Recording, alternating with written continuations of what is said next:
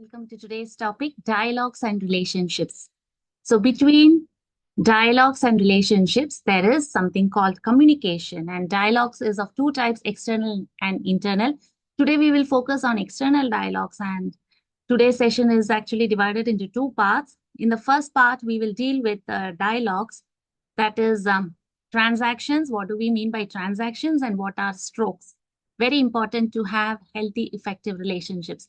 Also, we will look into one aspect of relationships, which is nothing but the hierarchy of needs. So, into the topic, welcome one and all. Today's contents will be like this. First, there is an introduction, then we will talk about healthy and unhealthy transactions, then the hierarchy of needs and strokes. What do we mean by strokes? Let's see it soon. Yeah. Communication, what we think is happens between two persons. Yes, it is happening between two persons, but there is something more to that. Let us see. Yeah. The basic unit of communication is transaction. Why have we got to talk about transaction and communication is because the foundation of relationship, of course, is trust, but it is also the way we communicate. So stimulus plus response is a transaction. And the four elements of communication is there is a sender who sends a message. There is a receiver who receives the message. And the receiver gives a feedback.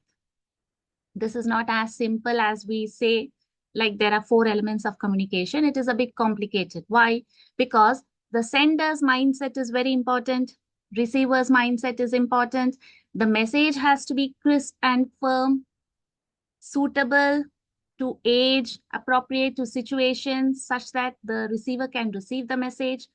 And the meaning of the communication is decided not by the way the sender sends the message and feels, okay, my job is done. I have said it's up to you. You take it or not. No, it's not like that. The message of the communication is the meaning that the receiver takes and how the receiver responds to that. So communication becomes effective only when the feedback is appropriate. So till then, we need to ensure we are giving the right message in the right dosage and we are in a good mindset. Of course, the receiver has also got to be in the right mindset to take the message as it is given. And the proof that the message was delivered in the right intended way is by seeing the feedback. So the meaning of a communication is the response that we get. So the response is the proof that communication was effective if the response is appropriate and what we expected. So yeah, about the mindset, we all know emotions play a big role in our lives, and four authentic emotions, we already talked about that. I'm not going into the details. Ensure most of the time we have a stable mind, balanced mind. No need to be overly happy, then also we will end up making mistakes. It is said not to make promises when we are happy. That usually happens. So yeah, rest all sadness or anger or disappointment, frustration. The message delivered will be emotion loaded. So it will not be effective. Yeah. Now going back to the first slide, two persons are communicating. Is it actually the two persons who are communicating? It is actually the 6 ego states are communicating. What do we mean by the ego states? This is adult. Visualize like this, adult in the center. On one side, we have child ego state. On one side, we have the parental ego state. That is all my experiences till now, all the emotions, what all I went through in life, that is there in my child ego state as emotions. And all the knowledge I gathered, let it be from my parents or religion or culture, whatever I gained, that is in the parental ego state. This is the adult. How I use them. Is it me just taking information or me just acting based on the emotions, or did I go through some processing? Did I evaluate? Did that thing become my own? So adult ego state means here and now. What is the right best step at that moment? Am I able to take it? So there are 3 ego states in me. When I'm communicating to someone else, they also have the 3 ego states. This is the usual pattern. At times, ego states can be contaminated, and in some persons, one ego state will not be active. It can be two inactive form. We are not going into those details now. For the time being, let us understand when 2 persons are communicating, it is not just 2 persons, it is 3 plus 3 ego states are communicating. Yeah. So it is called the PAC model. P, parental ego state. It can be copied from our parents or parental figures, elderly figures. It can be as injunctions. Did we speak about the injunctions? 12 injunctions. Maybe soon we will talk about it. These are the messages, injunctions and drivers, many things like when we are child, what the emotional brain takes, how it processes, the parental messages on one side plus our experience on the other side. So based on that, we have these ego states. So child ego state, behaviors, thoughts, and feelings replayed from childhood. See, in some situations, we might behave exactly like how we behaved when we were a child. So that comes from child ego state. It is not from an adult. Sometimes it is from parental ego state. Exactly how my parent was doing, I might do the same unknowingly. So 3 plus 3, 6 ego states are communicating. Yeah. Now we will talk about transactions. Transactions, see, there was an activity to do. Hope all of you have done that. The activity was just like this one, like, did any time a conversation got abruptly stopped? If so, just keep a note of that. Were you disappointed at the end of the conversation? So transactions are of 2 types. Many transactions together form communication. And communication leads to healthy relationship. That is why we are talking about transactions. To know transactions, we need to know the ego states because ego states are transacting. Communication is happening there. So far, so good. Yeah. So we have parent. I have my parent, child ego state, adult ego state. The person in front of me with whom I'm communicating also has these 3 ego states. So complementary transactions are those transactions where the conversation goes continuously. There is no break. Both parties feel happy. Both are enjoying the conversation. So there are 4 types of complementary transactions. One is parent to parent. My parent is communicating to your parent. In the sense, what will be the message from parent to parent? It will be usually about social media or general topics, gossips, all those come under parental. We will see examples soon. So parent to parent, they will be communicating, sharing common ideas. There is commonness in prejudices or criticism, whatever, there is a similarity in that. So there's stimulus from one person, response from the other. It will be like healthy. It can go on for hours. Adult to adult transaction is they evaluate the pros and cons. It will be like serious conversation and both parties are equally involved. That is also healthy.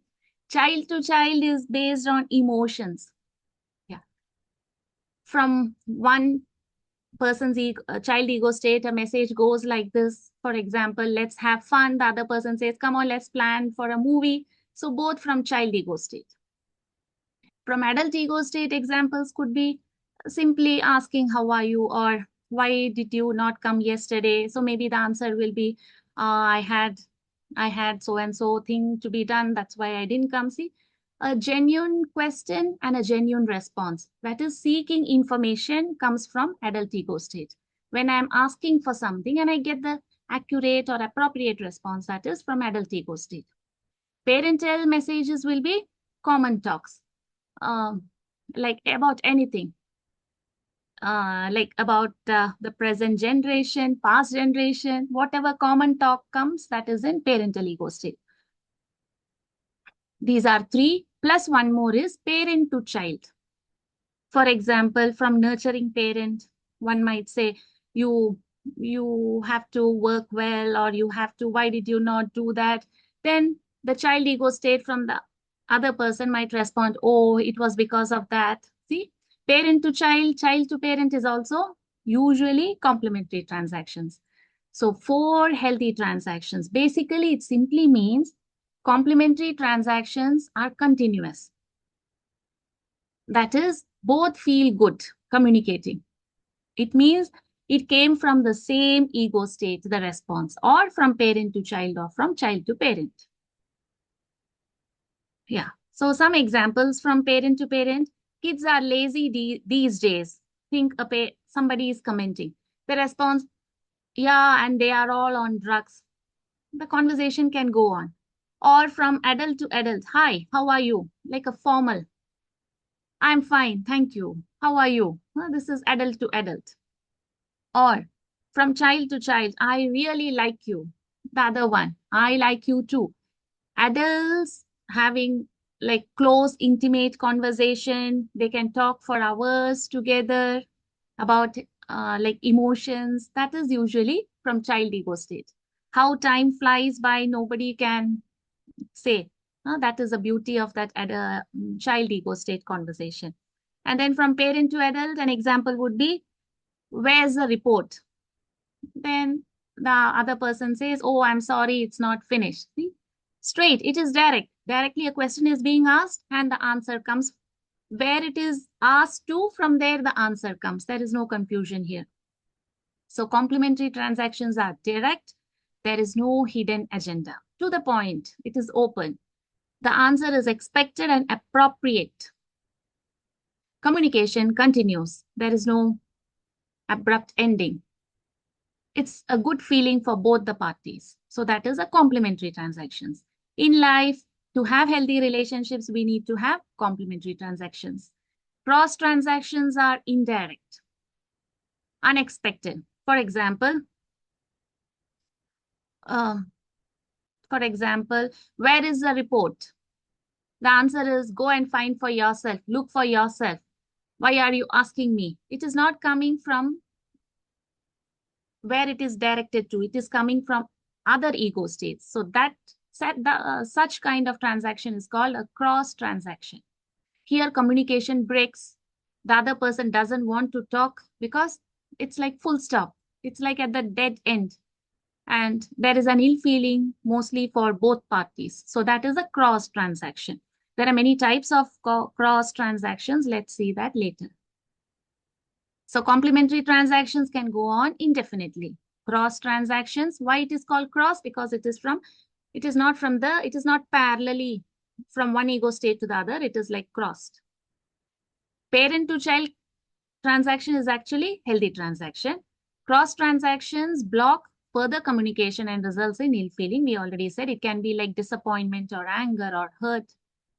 Something doesn't feel good. Change the ego states to continue the communication. Yeah, that is an art. And it comes naturally. When we sense the other person is responding from child ego state, either the sender or the receiver can make changes. Even if one person makes a change, the relationship goes beautifully well. Yeah, for that, one needs to establish oneself in the adult ego state. So with the knowledge of adults, we can use, okay, now I'm releasing my free child. Now I'm responding from my parental ego state. So the decision is ultimately under the control of the adult. If we reach there, then transaction and communication becomes very easy. Yeah. Yeah, second one is hierarchy of needs. Yeah, it is said we all have these 5 basic needs and it is from lower to higher. The order is like this. First, we have our physiological needs or biological needs. Air, food, water, all these comes under biological need. For survival, we need this. Once these needs are met, the next one is we will desire for safety needs. Health comes under that. Money management comes under that. Financial security comes under that. So check if you have any of these needs. Is your health okay? Do you have to do anything there? Is your money management okay? Then the third step would be psychological needs. In the psychological needs, we have love, intimacy, It is to get the feeling of belongingness, relationships, everything comes under psychological need. So before entering into a relationship or in a relationship, ensure your needs are met. You're not in a relationship because you have so and so needs. Be full. We spoke about love languages. Let your love tank be full. Then be in the relationship. Then it's easy to have good communication and effective transactions and beautiful relationships. Yeah. So once the psychological needs are met, the next one is self-esteem needs. Yeah, it is about self-confidence, getting respect, feeling the real joy of one's own identity. Once those needs are satisfied, the last one will be self-actualization. Last time we spoke about a fully functioning person. Where a fully functioning person reaches is actually where a person self-actualizes with one's own self. The person's self is in self. Yeah, that means creativity comes, there is balance in everything, and there is that rich living. All experiences are beautifully experienced. Life, like moment by moment, life becomes more and more beautiful as it unfolds. So this is the hierarchy of needs. Why did we talk about this? Just to give the message that do not be in need of a relationship to fulfill your needs. Fulfill your needs and then be in the relationship, or being in the relationship, work on yourself and look like where are you stuck. Biological needs, of course, for everyone, it is usually met. Then safety needs, or is it psychological needs? What is missing in your life? Work on that on your own rather than depending on the relationship. The last topic for today is strokes. Yeah. There are two types of touch. One is the primary touch we all get as babies. The other one is as grown-ups, it is a little variant in the sense we call it as psychological touch. It can be in the form of hugging or kissing or patting on the back or a good word, a smile, an emoji. All these come under strokes. Strokes basically means recognition. You are recognizing a person. It is very, very essential. This comes under the psychological need. So strokes are of different types. One classification is positive, negative, and zero strokes. Positive strokes, as the term suggests, it is positive. You are genuinely appreciating a person. Remember, genuinely. It is like giving a beautiful flower, not a plastic flower. So genuine appreciation.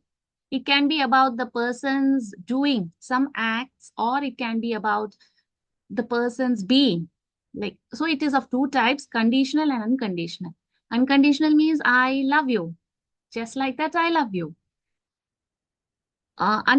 Conditional means I love you because, or if you do this, or if you act in so and so manner, if you have this behavior, so conditions apply. That is also good. Positive strokes, it is said unconditional need not be given like 100%. Unconditionally, we need to give strokes only 20%. Why? Because most of the time there is no value for things given in free. So we do not know how the person receives it. They might take it for granted. They might not bring out their best. They might start depending on you. So unconditional positive strokes, like general strokes, you are a good person. You have a kind heart.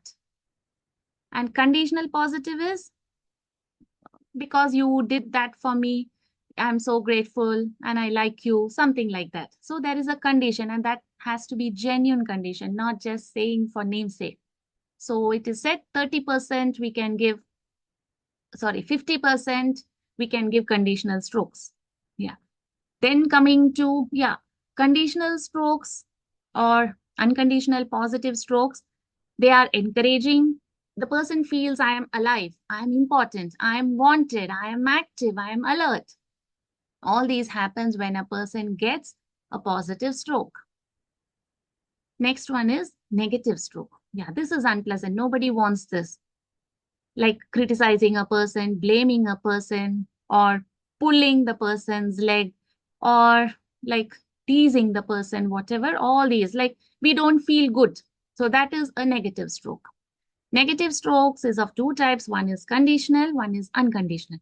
Unconditional negative strokes, never to be given to any person. These are the curses. Like because of you, this is happening. The moment you entered into my life got spoiled. See, randomly we might say these words, but these words just penetrate into the deep unconscious mind and it will start working from there, ensuring the words become true. It is very powerful. So do not give unconditional negative strokes whatsoever. Unconditional, yeah, conditional negative strokes we can give. Like you didn't do this, that is why as a punishment, this is cut from you. Your TV time is cut off or whatever. So it is said 30 okay, 1 second. 50% is conditional positive and 20% is unconditional positive. Negative conditional is 30% we can give. So just see 50% is conditional positive. To help a person to come up in life, conditional positive strokes help more. And 0% for unconditional negative. Do not just straight away say you're not good, you're unwanted, you're a waste, you're a stupid. No. Yeah. And then something more dangerous is zero stroke, means we are not acknowledging the person at all. See, positive, good acknowledgement. Negative, I'm acknowledging, not in the right way, in a negative way. Zero means I'm totally ignoring the person. Which is more dangerous, negative or zero? Zero strokes. It is said a person cannot survive longer when we ignore a person. So never, ever, never, ever, never, ever ignore a person. Value, acknowledge. Even you want to fight, it's okay, but do not stop acknowledging a person. It is the greatest negative thing or unbearable to that person. Greatest harm that we will be doing is ignoring a person. So do not do that. Yeah, next. So the take-home message will be give self-strokes regularly for your own self. Wow, I like this about me. Well done, Vidya, or well done, whoever it is. Call by your name and give positive strokes on a regular basis.